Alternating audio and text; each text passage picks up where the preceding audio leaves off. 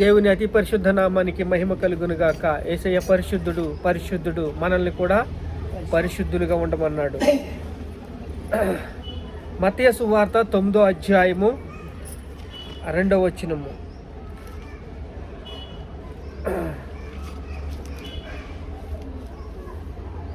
ఇదిగో జనులు పక్షవాయువుతో మంచం పట్టి ఉన్నని ఒకని ఆయన యొద్దకు తీసుకువచ్చిరి. యేసు వారిని విశ్వాసము చూసి, కుమారుడా, ధైర్యముగా ఉండుము, నీ పాపములు క్షమించబడి ఉన్నవని పక్షవాయువుని గలవానితో చెప్పెను.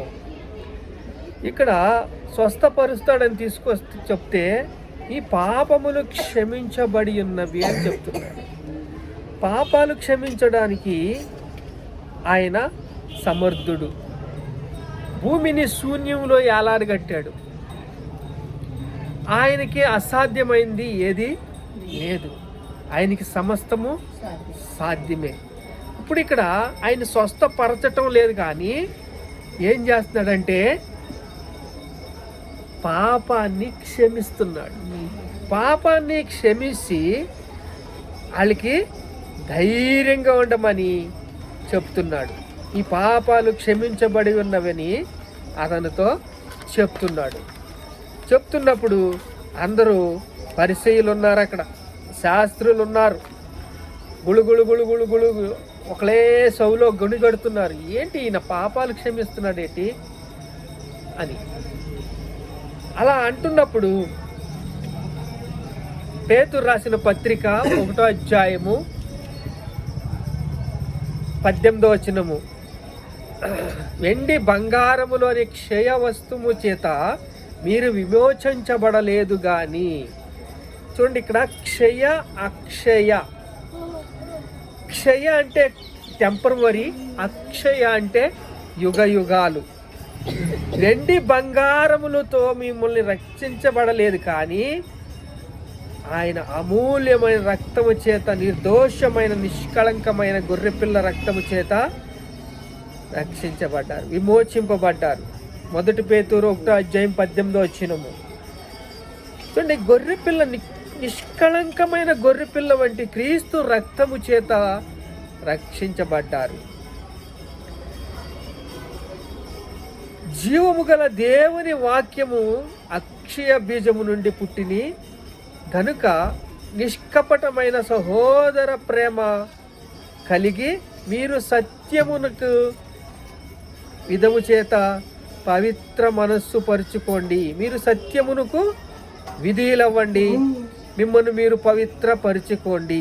జీవము గల దేవుని వాక్యముని అక్షయ బీజము నుండి పుట్టిన వారు. అక్షయ అంటే యుగ యుగాలు.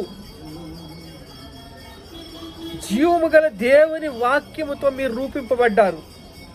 దేవునితో మీరు ఎవరు? దేవుని బిడ్డలు. మీరు ఎవరు? దేవుని బిడ్డలు. దేవుని బిడ్డలు కాబట్టి 1వ అధ్యాయము యోహాను సువార్త 1 యోహాను 1:7 చూస్తే, వెలుగులోనున్న ప్రకారము మీరు వెలుగులో నడిచిన ఎడల అన్యూన సహవాసము గలవారై అప్పుడు ఆయనతో కూడా కుమారుడైన యేసు రక్తము ప్రతి పాపము నుండి మిమ్మల్ని పవిత్రులుగా చెయ్యును. యేసు రక్తము ప్రతి పాపము నుండి మిమ్మల్ని పవిత్రులుగా చేస్తుంది. ఇప్పుడు జీవము గల దేవుని వాక్య మూలముగా అక్షయ బీజము నుండి పుట్టిన వారై గనుక నిష్కపటమైన సహోదర ప్రేమ కలిగి ఉండండి. మీరు సత్యవాక్యమునికి విధేయులై ఉండండి. మీ మనస్సు పవిత్రపరుచుకోండి అని దేవుడు చెప్తున్నాడు. ఇక్కడ అన్ని రకాలుగా వచనాలు తీసుకొచ్చి చెప్తున్నప్పుడు అక్కడ పరిసయ్యులు, శాస్త్రులు ఈ పాపములు క్షమించబడేని ఉన్నవని వానితో చెప్పెను. ఇదిగో శాస్త్రులు కొందరు, ఇతడు దేవదూషణ చేయుచున్నాడు. ఏం చేస్తున్నాడంట? దేవదూషణ చేయుచున్నాడని పగపట్టారంట. ఇది మోషే ధర్మశాస్త్రము కదా, దీన్ని కొట్టేస్తున్నాడు కదా, దేవదూషణ చేస్తున్నాడు. దేవదూషణ చేసిన వాడికి ఏంటి? రాళ్ళిచ్చి కొట్టాలి, చంపాలి అని అక్కడ మోషే ధర్మశాస్త్రంలో ఆయనకి అక్కడ చెప్పిన మాట అన్నమాట. రాళ్ళిచ్చి కొట్టాలి అని ఒక దుత్వంతం. ఈయనెవరు అసలు అని ఆయన ఏమన్నాడంటే, నేను 12 మందిని శిష్యులు ఏర్పరచుకున్నాను, ఆ శిష్యులతో నేను కొత్త నిబంధన ఏర్పరుస్తాను, ఇది యూదా గోత్రం నుంచి వచ్చింది, లేవి గోత్రం నుంచి వచ్చింది, ఏమో మోషే ధర్మశాస్త్రము అని చెప్పి ఒక్కొక్క వచనంలో మిమ్మల్ని ఎలాగంట అమూల్యమైన రక్తము చేత నిర్దోషముగా నిష్కళంగా గొర్రెపిల్ల వంటి రక్తము చేత మిమ్మల్ని విమోచించబడ్డానని చెప్పి ఆయన ఇలా చెప్తుంటే వాళ్ళు ఏమంటున్నారంటే దేవదూషణ చేయుచున్నాడు.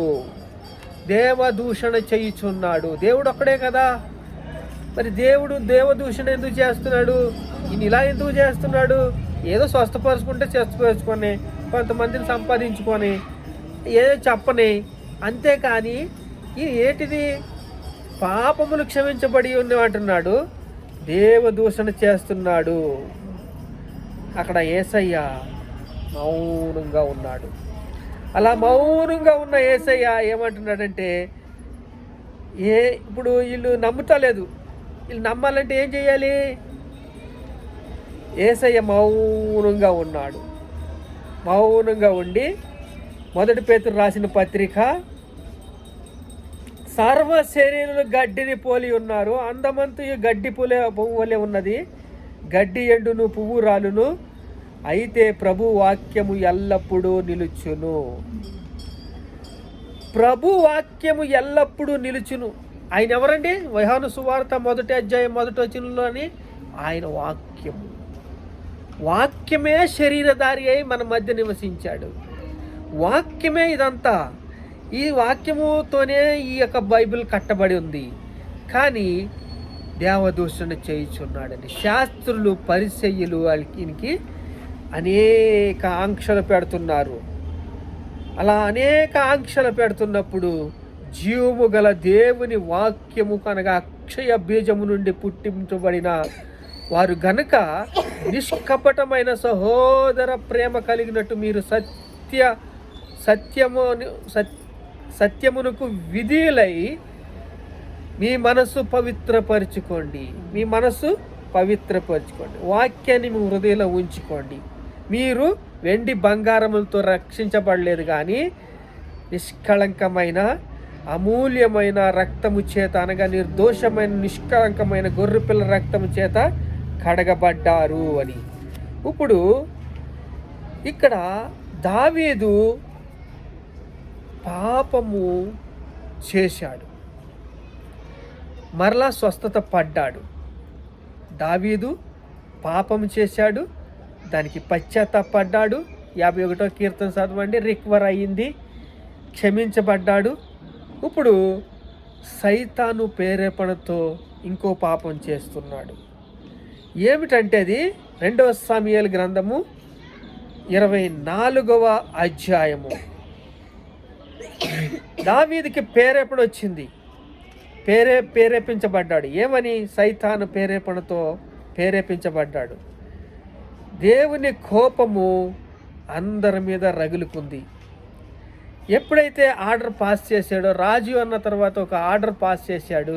ఆ ఆర్డర్ పాస్ చేసినందుకు ఏం జరిగిందంటే దీర్ఘదర్శి వచ్చేసాడు. ఎల్లు చెప్పు దావీదుతో అంటే, దావీదు దగ్గరికి వెళ్ళి ఏమంటున్నాడంటే,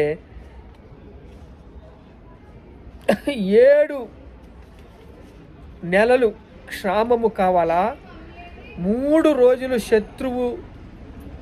నెలలు శత్రువు కావాలా, 3 దినములు తెగులు రేగుట కావాలా అండి? కరువుతో 7 నెలలు, కరువుతో 7 సంవత్సరాల కరువు కావాలా? 1 సమూయేలు 24వ అధ్యాయం తీసినట్లయితే, 1 సమూయేలు గ్రంథము 24వ అధ్యాయము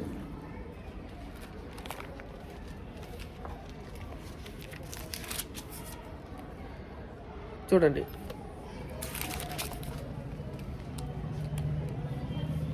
దావీదునకు దీర్ఘదర్శి గాదు యెహోవాకు ప్రత్యక్షమై ఇలాగ సెలవిచ్చెను,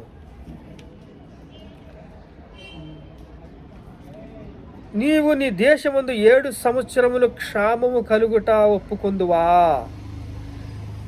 7 సంవత్సరాలు కరువు కావాలా అని అడిగాడు. తర్వాత ఇంకో మాట, 3 నెలలు నీ శత్రువు ఎదుట నిలుకుంటావా? 3 దినములు తెగులు రేగుట నువ్వు ఒప్పుకుంటావా? ఎందుకంటే ఇది కాలికి కాలు, చెయ్యకు చెయ్య, కంటికి కన్ను, పన్నుకు పన్ను, ధర్మశాస్త్రము. ఈ ధర్మశాస్త్రంలో పాపం చేసినట్లయితే, సైతాను చేత ప్రేరేపింపబడినట్లయితే, తన కుమారులు అందరూ కూడా తన చిత్రహింస జరిగింది. ఎంతో బాధపడ్డాడు, ఎన్నో శ్రమలు అనుభవించాడు. మరలా సైతాను చేత ప్రేరేపించబడి గర్విష్టి అయి తనకి ఆర్డర్ పాస్ చేసినప్పుడు ఏం జరిగిందంటే, అక్కడ మళ్ళీ పశ్చాత్తాపడతాడు. ఏమని? నన్ను చంపేయి కావాలితే, నా ప్రజలను ఎందుకు హింసిస్తావని చెప్పినప్పుడు వర్ణేను కళ్ళ ముందు ఆ తెగులు ఆగిపోవటం జరుగుద్ది. వర్ణేను కళ్ళం తీసుకుని ఆ వర్ణేను కళ్ళంలో ఆయన పశ్చాత్తాపడి ఆయన ఒక బ్లడ్ కార్చినప్పుడు అప్పుడు ఆయనకి రికవర్ అవుతుంది. రికవర్ అయ్యి ఆ తెగులు ఆగిపోతుంది. ఇది ధర్మశాస్త్రాన్ని ప్రకారంగా నడిచింది. ఇక్కడ 9వ అధ్యాయం మత్తయి సువార్తలో పాపములు క్షమించబడి ఉన్నవని చెప్పినప్పుడు శాస్త్రులు దేవదూషణ చేయుచున్నామంటున్నారు. ఆయన మన పాపములు క్షమించి సమస్త దుర్నీతి నుండి మనల్ని పవిత్రులుగా చెయ్యను. మనము పాపము చెయ్యలేదు అని ఆయన వాక్యము మనలో ఉండదు.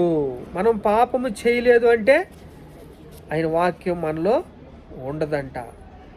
ఆయన కుమారుడైన యేసు రక్తం ప్రతి పాపము నుండి మనల్ని పవిత్రులుగా చెయ్యను. ఇక్కడ చూస్తున్నాం దావీదు విషయంలో ఏం జరిగిందో. ఇక్కడ పక్షవాయువు గలవాడు చేతిలో ఏం జరిగిందో చూసాము. మన జీవితాల్లో మనం రక్షించబడాలి అంటే ఎలా రక్షించబడుతున్నాం? అమూల్యమైన క్రీస్తు రక్తము చేత విమోచించబడుతున్నాం. జీవము గల దేవుని వాక్యముతో అక్షయ బీజము నుండి పుట్టిన వారై మనం పరలోకానికి మనం వెళ్ళే చూస్తున్నాం. సర్వ శరీరులు గడ్డిని పోలి ఉన్నారా? వారు అందమంతయు గడ్డి పువ్వు వలె ఉన్నది. ఏ గడ్డి ఎండును పువ్వు రాలును. అయితే ప్రభు వాక్యము ఎల్లప్పుడూ మనం వాక్యములో నడుస్తున్నాం. భూమి ఆకాశములు గతించిన నా మాటలు గతించవు అని దేవుడు చెప్పాడు. అంటే ఆ వాక్యానికి మీరు కనెక్ట్ అయినట్లయితే, మీ హృదయంలో వాక్యం విత్తబడినట్లయితే, అది ఫలించినట్లయితే దానితోని యుగ యుగాలు మీరు జీవిస్తారు. దాంతోపాటు మీరు పరలోకానికి ఎత్తబడతారంతే. ఎత్తబడిన సంఘంగా మీరు ఉంటారు. ప్రార్థన చేసుకుందాం. మహాపరిశుద్ధుడైన తండ్రి, స్తోత్రం స్తోత్రం స్తోత్రం. పరిశుద్ధుడా నాయన, దావీదు నాయన ప్రభువా శిక్ష ఎలాగుందో నాయన చూశాము. అయా తండ్రి, పక్షవాయు గల వారికి నీ పాపములు క్షమించబడి అన్నావు తండ్రి. ఈ అంత్యకాలంలో తండ్రి మేము అమూల్యమైన రక్తము చేత, క్రీస్తు రక్తము చేత కడగబడ్డాం తండ్రి. అయా యేసు రక్తం ప్రతి పాపము నుండి మమ్మల్ని పవిత్రపరుచునన్నావు తండ్రి. అయా మమ్మల్ని తండ్రి ప్రభా అయా సర్వలోకానికి వెళ్ళి సర్వ సృష్టికి సువార్తను ప్రకటించమను, నీ శిష్యులుగా చేసుకోమన్నావు తండ్రి. అయా సమస్త జనాంగాన్ని నీ శిష్యులుగా చేయమన్నావు తండ్రి. నీ శిష్యులుగా చేసి తండ్రి నువ్వు తండ్రి సువార్తను ప్రకటించుటకు అద్భుతముగా తండ్రి ద్వారాలు చేసి తండ్రి మా జ్ఞాపకం చేసుకున్నావు తండ్రి. నీ పాపములు క్షమించబడినామంటే తండ్రి ప్రభా అయా మాకు తండ్రి పని అప్పగిస్తున్నావు, మా పనిలో ఉండమంటున్నావు. అయా సమస్త జనులు నా శిష్యులుగా చేయమంటున్నావు. నీకే స్తోత్రాలు స్తోత్రాలు స్తోత్రాలు స్తోత్రాలు. ఘనత మహిమ ప్రభావాలు మీకే చెల్లిస్తున్నాం తండ్రి. ఆమేన్.